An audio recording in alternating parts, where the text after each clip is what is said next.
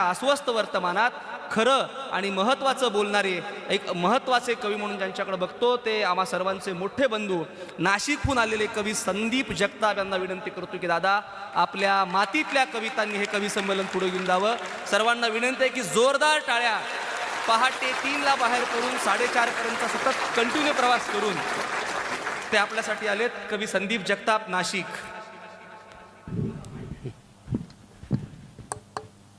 खरं म्हणजे गवस सर बोलल्यानंतर माझ्यासारख्या कवीनं कविता नाही म्हटली तरी चालेल, कारण सरांचं बोलणं हीच सुंदर कविता होती. सरांनी एक महत्त्वाचा प्रश्न मांडला की त्या 20 लाख मुलांनी काय करायचं. खरं म्हणजे मी काही गझलकार नाही गोपालदादा, मी कविता लिहितो, पण मी तुमच्या सगळ्यांकडे बघून कवितेचे पण छोटे छोटे तुकडे म्हटले पाहिजे. आणि मग गवस सरांच्या कवितेच जो विचार आहे तो फक्त 3 ओळींची कविता आपल्यासमोर ठेवतो. माझ्या ह्या संमेलनाचं सगळ्यात चांगलं वैशिष्ट्य काय ते पण सांगतो की तुम्ही ज्या कवीला इतक्या सन्मानानं बोलावलं त्या कवीच्या बापाला आणि चुलत्याला सुद्धा उभं राहिलं हॉलमध्ये जागा नाही. शेवटचं रसिक म्हणून जे उभे ते माझे वडील आणि माझे लहाने चुलते आहे. आणि अशी इतकं गच्च हे संमेलन होतं आहे, हे महाराष्ट्रामध्ये फार दुर्मिळ क्षण आहे. सर जे म्हटले ते माझे वडील शेती करतात, माझे वडील शेतकरी, मी शिक्षक, आणि हे 20 लाख मुलांनी काय करावं ही कविता आपल्यासमोर ठेवतो. मी माझ्या शेतकरी बापावर लिहिली कविता, कारण माझा बाप शेतकरी आहे. मी माझ्या शेतकरी बापावर लिहिली कविता, माझा मुलगा मास्तर बापावर लिहिली कविता, कारण मी मास्तर आहे. मी माझ्या शेतकरी बापावर लिहिली कविता, माझा मुलगा मास्तर बापावर लिहिली कविता. माझी अपेक्षा आहे माझ्या नातवानं उद्योजक बापावर लिहावी कविता. वा वा वा, खरं. वा वा. शाहूंच्या नगरीमध्ये आम्हाला लोक प्रश्न विचारतात की तुम्ही देवाला मानतात का. आता मानता म्हटलं तरी प्रॉब्लेम आहे, नाही म्हणावं तरी प्रॉब्लेम आहे. अशा सगळ्या अडचणी येत आहे. मला एकानं प्रश्न विचारला तुम्ही देवाला मानतात का. मी त्याच्यासाठी दिलेलं उत्तर असं आहे की मी देव मानतो. मग तो देव कोणता आहे. मी सांगितलं की हिरव्या होणाऱ्या मातीचा, पेरणाऱ्या हातांचा, हिरव्या होणाऱ्या मातीचा, पेरणाऱ्या हातांचा, पाणी देणाऱ्या ढगांचा एकच असतो रंग, तोच आमचा पांडुरंग, तोच आमचा पांडुरंग. राजश्री शाहू महाराजांनी या पांडुरंगासाठी काम केलेलं आहे. वा वा वा. आज त्या पांडुरंगाची परिस्थिती मात्र बिकट आहे. म्हणजे इतकी वाईट आहे की आता त्या शेतीला हिरवं करणाऱ्या त्या शेतीमधल्या स्त्रियासुद्धा शेतीत राहत नाही. आणि म्हणून मी एक कविता लिहिली होती जी आपण कोल्हापूरकरांनी आणि पश्चिम महाराष्ट्रातल्या सगळ्या लोकांनी फार डोक्यावरती घेतली. ती कविता अशी होती की 2 BHK 3 BHK फ्लॅटला तू ताजमहाल म्हणून फसू नको. 2 BHK 3 BHK फ्लॅटला तू ताजमहाल म्हणून फसू नको. 10-5 गुंठ्याचं अंगण आहे तुझ्या बापाच्या घराला, तू खुराड्यात जाऊन बसू नको. क्या बात आहे. वा वा. 2 BHK 3 BHK फ्लॅटला तू ताजमहाल म्हणून फसू नको. 10-5 गुंठ्याचं अंगण आहे तुझ्या बापाच्या घराला, तू खुराड्यात जाऊन बसू नको. मोबाईलवरच्या ॲनिमेटेड पावसात कधीच कोणी भिजत नाही. वा वा. मोबाईलवरच्या ॲनिमेटेड पावसात कधीच कोणी भिजत नाही. शहरामधल्या 5व्या मजल्यावर कुठलंच सुख रुजत नाही. शहरामधल्या 5व्या मजल्यावर कुठलंच सुख रुजत नाही. भिजायचं असेल, रुजायचं असेल तर हवी असते माती. भिजायचं असेल, रुजायचं असेल तर हवी असते माती. आणि वरून खऱ्या खुऱ्या पावसाची सर. आयुष्य करायचं असेल हिरवगार तर पोरी शेतकरी पोराशी लग्न कर. क्या बात. वा वा वा. आयुष्य करायचं असेल हिरवगार तर पोरी शेतकरी पोराशी लग्न कर. नोकरी नोकरी काय करते, नोकर नोकर असतो. ऑफिसमध्ये साहेबांपुढे खाली मान घालून बसतो. नोकरी नोकरी काय करते, नोकर नोकर असतो. ऑफिसमध्ये साहेबांपुढे खाली मान घालून बसतो. इथं बांधाच्या सिंहासनावर आणि रुपेरी आबाळाच्या छताखाली जेव्हा माझा बळी बसतो तेव्हा हिरवागार साम्राज्याचा तो एकमेव सम्राट असतो. क्या बात. वा वा वा वा. क्या बात आहे. वा वा वा वा. परत परत. इथं बांधाच्या सिंहासनावर आणि रुपेरी आबाळाच्या छताखाली जेव्हा माझा बळी बसतो तेव्हा या हिरव्यागार साम्राज्याचा तो एकमेव सम्राट असतो. त्याला पेन्शनचं कधीच नसतं टेन्शन, नवी का जुनी. क्या बात आहे. वा वा वा वा. त्याला पेन्शनचं कधीच नसतं टेन्शन, कारण माती कधीच रिटायर होत नाही. आहा वा वा वा. क्या बात आहे. वा वा. त्याला पेन्शनचं कधीच नसतं टेन्शन, कारण माती कधीच रिटायर होत नाही. पायलीभर पेरले दाणे तर पोटापुरतं पिकून देते काळी आई. वा वा. ही कविता प्रकाशित झाली आणि सर, मला मुंबईमधल्या एका वरिष्ठ अधिकाऱ्याचा फोन आला. तुम्ही सांगितल्या त्याच कॅटेगरीतला होता. त्याने प्रामाणिकपणे कबूल केलं की दादा तुझी कविता ऐकली, मी प्रचंड पैसे कमावले, मी डेप्युटी कलेक्टर होतो, प्रांत होतो, सगळे फ्लॅट घेतले, प्लॉट घेतले, सगळं केलं, पण माझ्या इतकं माझं पोरगं हुशार नाही निघालं. आज मुंबईमध्ये माझं पोरगं टॅक्सी चालवत आहे. आणि त्याने पुढलं वाक्य सांगितलं ते फार भारी होतं. तो म्हटला दादा तुझी कविता ऐकल्यानंतर मला कळलं की नोकरी ही 25-30 वर्षाची सोय आहे, शेती ही पिढ्यानपिढ्यांची सोय आहे. वा वा. क्या बात. वा वा. मी लिहिलं की माती कधीच रिटायर होत नाही, पायलीभर पेरले दाणे तर पोटापुरतं पिकून देते काळी आई. म्हणून पोरी तुला आणि तुझ्या पुढल्या पिढ्यांना उपाशी राहायचं नसल तर शेतकरी पोराशी लग्न कर, शेतकरी पोराशी लग्न कर, शेतकरी पोराशी लग्न कर. कविता हा समाजाच्या बदलाचाच भाग आहे असं मानणारा आणि लिहिणारा मी कवी आहे. मी प्रत्येक नकारात्मक गोष्टीमध्ये सकारात्मकता शोधतो आहे. आज अनेक गावांमध्ये 50-50 नवरदेवांची लग्न होत नाही, मुली मिळत नाही. या गोष्टीवर मीच सांगितलं की त्या मुलांना नवऱ्या मिळाल्या पाहिजे, पोरींनी शेतकरी पोराशी लग्न केलं पाहिजे. पण आता मी जेव्हा महाराष्ट्रात फिरतो, मराठवाड्यात आलो, विदर्भात आलो, सगळीकडे फिरलो, तेव्हा दुर्दैवानं मला असं दिसलं की या महाराष्ट्रातल्या शेतकऱ्यांची जी आत्महत्येची कारणं आहे त्याच्यामागे 30% कारण तरी मुलीच्या लग्नासाठी काढलेलं कर्ज आहे, 70% उर्वरित असतील. मी म्हटलं मग ह्या गोष्टीचा आता फायदा घेतला पाहिजे की काळ मुलींचा आहे आणि मग ह्या व्यवस्थेत आपण काही बदल करू शकतो का. आणि म्हणून मी या कवितेचा पुढला पार्ट लिहिला, तो मुलींसाठी लिहिला. तो असा होता बघा, खरं म्हणजे परिस्थितीचा आपण कसा फायदा घेतला पाहिजे. छोटी लग्न झाली पाहिजे. एका दिवसात 25 लाखाचा जेव्हा चुराडा होतो तेव्हा माझं कापरं होतं, कारण 25,000ची सोयाबीन काढण्यासाठी काय काय करावं लागतं हे मला माहीत आहे. आणि एका दिवसात आपण 25 लाख उडवतो. मी फक्त थोडी सगळ्यांची माफी मागून सांगतो की राहुल द्रविडचं लग्न झालं त्यावेळेस 50 कंपन्यांचा ब्रँड ॲम्बेसेडर होता तो, आणि एक कंपनी सर त्याला किमान 1 कोटी तरी देत असेल, पण त्याच्या लग्नाला 50च लोक होते. म्हणजे 1 कोटी जो देतं त्याला सुद्धा त्याने लग्नाला बोलवलं नव्हतं. आम्ही काय करतो याचा विचार करण्याची गरज आहे. म्हणून मी ती कविता लिहिली की पोरी तुझ्या लग्नामध्ये आयुष्याची पुंजी ओतत असतो बाप. वा. पोरी तुझ्या लग्नामध्ये आयुष्याची पुंजी ओतत असतो बाप. धूमधडाक्यात करता करता लग्न तुझं मानेपर्यंत कर्जात रुतत असतो बाप. क्या बात आहे. वा वा. पोरी तुझ्या लग्नामध्ये आयुष्याची पुंजी ओतत असतो बाप. धूमधडाक्यात करता करता लग्न तुझं मानेपर्यंत कर्जात रुतत असतो बाप. पीक दुष्काळात जळतं, पुरात वाहतं, अवकाळीत सडतं, गारांमध्ये जोडपतं. तूच सांग ना वर्षाकाठी हातामध्ये काय शिल्लक राहतं. तूच सांग ना वर्षाकाठी हातामध्ये काय शिल्लक राहतं. तुझ्या लग्नात खर्च केलेला 1 रुपया कर्जाचा असतो. तुझ्या लग्नात खर्च केलेला 1 रुपया कर्जाचा असतो. फेडता नाही आला तर कित्येक बापांच्या गळ्यात नंतर आत्महत्येचा फास दिसतो. फेडता नाही आला तर कित्येक बापांच्या गळ्यात नंतर आत्महत्येचा फास दिसतो. पोरी आता दिवस तुमचे काळ तुमच्या पायाशी लोळण घेतोय, तुम्ही म्हणाल तसे लग्न होतील. पोरींनो आता दिवस तुमचे काळ तुमच्या पायाशी लोळण घेतोय, तुम्ही म्हणाल तसे लग्न होतील. 100 लोकात, अंगणात, मंदिरात, वावरात लग्न करायची आट घाला तरी शेकडो नवरदेवांच्या रांगा लागतील. 100 लोकात, मंदिरात, अंगणात, वावरात लग्न करायची आट घाला तरी शेकडो नवरदेवांच्या रांगा लागतील. प्रत्येक पोरीनं स्वतःच्या कृतीतून समजून सांगा समाजाला. प्रत्येक पोरीनं स्वतःच्या कृतीतून समजून सांगा समाजाला. बँक्वेट हॉलमधील साखरपुडा, बँक्वेट हॉलमधील साखरपुडा, महागडे कपडे, लक्झरी फर्निचर, लाखोचं प्री वेडिंग शूटिंग, डीजेवरची मेहंदी, हजारो लोकातली हळद आणि रक्त शोषून उधळपट्टी करणारं लग्न, या सगळ्यांना फाटा देऊन साधं लग्न करण्याचा माझा पण नवा आहे. या सगळ्यांना फाटा देऊन साधं लग्न करण्याचा माझा पण नवा आहे. कारण एकच, मला माझा बाप जिवंत हवा आहे. कारण एकच, मला माझा बाप जिवंत हवा आहे. क्या बात. वेळ असेल तर पुढली कविता या, लिहितो. यांनी मला सांगितलं की तू सिनियर कवी आहे आणि त्याच्यामुळे प्रेम कविता माझ्याकडे नाही. प्रेम कविता मला खूप लिहिता येतात आणि त्या काळात प्रेम केलंय मी, काही आता अलीकडच्या काळातला नाही.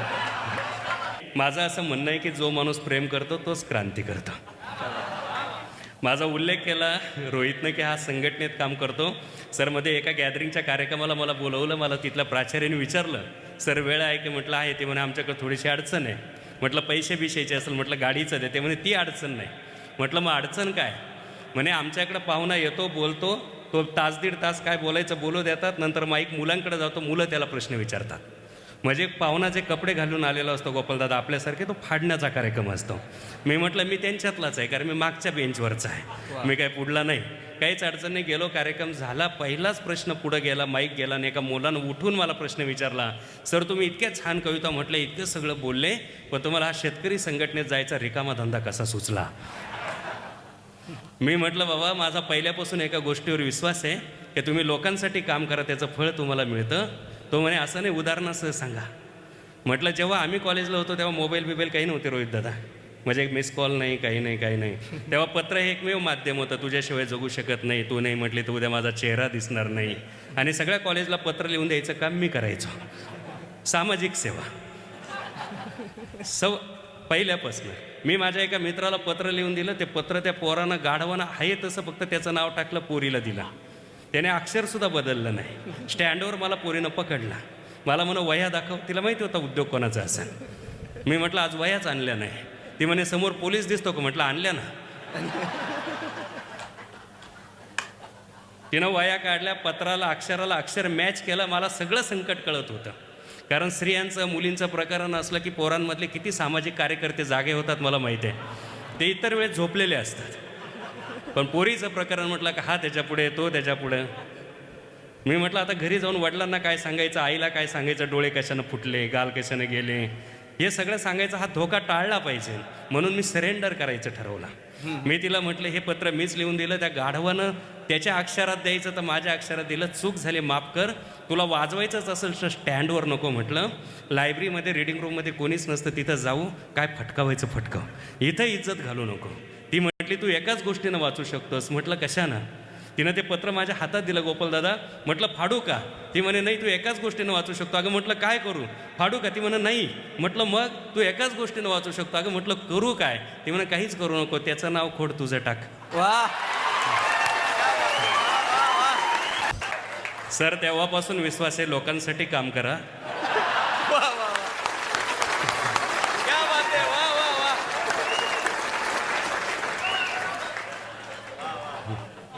पण मी तो विषय टाळणार आहे. दादा प्रेम मी कविता आहे. लिहिलेल्या पुस्तकाला एखादा नवा राज्य पुरस्कार मिळावा. हा हा. मी लिहिलेल्या पुस्तकाला एखादा नवा राज्य पुरस्कार मिळावा, यापेक्षा वावरातल्या पिकाला चांगला भाव मिळावा. क्या बात. वा वा वा वा वा वा. मी लिहिलेल्या पुस्तकाला एखादा नवा राज्य पुरस्कार मिळावा, यापेक्षा वावरातल्या पिकाला चांगला भाव मिळावा. मला संमेलनात बोलवावं, पेपरात माझा फोटो यावा, टीव्हीवर मी दिसावा. मला संमेलनात बोलवावं, पेपरात माझा फोटो यावा, टीव्हीवर मी दिसावा. या सगळ्यांपेक्षा पीकभर फुलाऱ्यात आल्यावर विहिरीनं पाण्यासाठी तळ गाठू नये. आहा, क्या बात आहे. या सगळ्यांपेक्षा पीकभर फुलाऱ्यात आल्यावर विहिरीनं पाण्यासाठी तळ गाठू नये. बापाच्या डोळ्यातलं हिरवं स्वप्न दुष्काळानं फाटू नये. हीच धास्ती जास्त असते काळजात. ओहो ओहो. हीच धास्ती जास्त असते काळजात. मित्रांनो, एक घटना फक्त आपल्याला सांगतो. एका शेतकऱ्यानं आत्महत्या केली, मी सांगितलं तसंच. मुलीचं लग्न, कर्ज फेडता आलं नाही. त्याची पुतणी महाविद्यालयात शिकत होती बाहेर, ती परत घरी गेली. चुलत्याचं सगळं दसक्रिया वगैरे सगळे संपले, तिला परत हॉस्टेलला जायचं होतं. म्हणून तिनं आपल्या बापाकडे 200 रुपये मागितले. मोठ्या चुलत्यानं आत्महत्या केली होती. बापानं याच्याकडून 100 रुपये घे, त्याच्याकडून 100 रुपये घे, असे 200 रुपये पोरीला दिले. पोरीनं विचार केला की माझ्या मोठ्या चुलत बहिणीचं लग्न केलं, चुलत्याला कर्ज फेडता आलं नाही, म्हणून चुलत्यानं आत्महत्या केली. आज माझ्या बापाकडे 200 रुपयेसुद्धा नाही आहे. उद्या माझं लग्न करायचं असेल आणि बाप जर 2-4 लाख रुपये कर्ज काढेल तर माझा बाप पण चुलत्याच्या वाटेनं जाईल का? पोरगी म्हटली पप्पा उद्या कॉलेजला सुट्टी, मी उद्या संध्याकाळी निघते, बरोबर परवा पोहोचते, आज मी थांबणार आहे. सकाळी 10 वाजेपासून 11 वाजेपर्यंत रात्री दुपारचे 12, 1, 2, 3, 4 वाजेपर्यंत पोरगी विचार करत होती, माझ्यामुळे माझ्या बापाला आत्महत्या करावी लागेल का? तिनं संध्याकाळी आजीला सांगितलं, आजोबांना सांगितलं, आईला सांगितलं, वडिलांना सांगितलं, आज तुम्ही काहीच करायचं नाही आई आजी, मी स्वयंपाक करणार आहे, तुम्ही शांतपणे जेवण करायचं. पोरीनं स्वयंपाक केला, सगळ्यांना बसवलं, जेवू घातलं. सगळे म्हणत होते बाळा तू पण आमच्यासोबत बस, पण ती म्हणत होती माझी तब्येत बरी नाही, मी सकाळी जेवणार आहे. सगळ्यांना जेवू घातलं, ताटं उचलले, धुवून ठेवली, सगळी झोपली. पोरगी हाच विचार करत होती, माझ्यामुळे माझ्या बापाला आत्महत्या करावी लागेल का? कारण बापाकडं 200 रुपयेसुद्धा नाही आहे. पोरीनं 3 वाजेपर्यंत 4 वाजेपर्यंत विचार केला. खरं म्हणजे आमचं सगळ्यांचं अपयश आहे, इथल्या संघटनेच्या कार्यकर्त्यांचं, गवसर तुमच्या माझ्यासारख्या लिहिणाऱ्यांचं, राज्यकर्त्यांचं तर आहेच आहे. माझ्या बापाला माझ्यामुळे आत्महत्या करावा लागू नये म्हणून पहाटे 4 वाजता गळ्यात फास लावून पोरीनं आत्महत्या केली.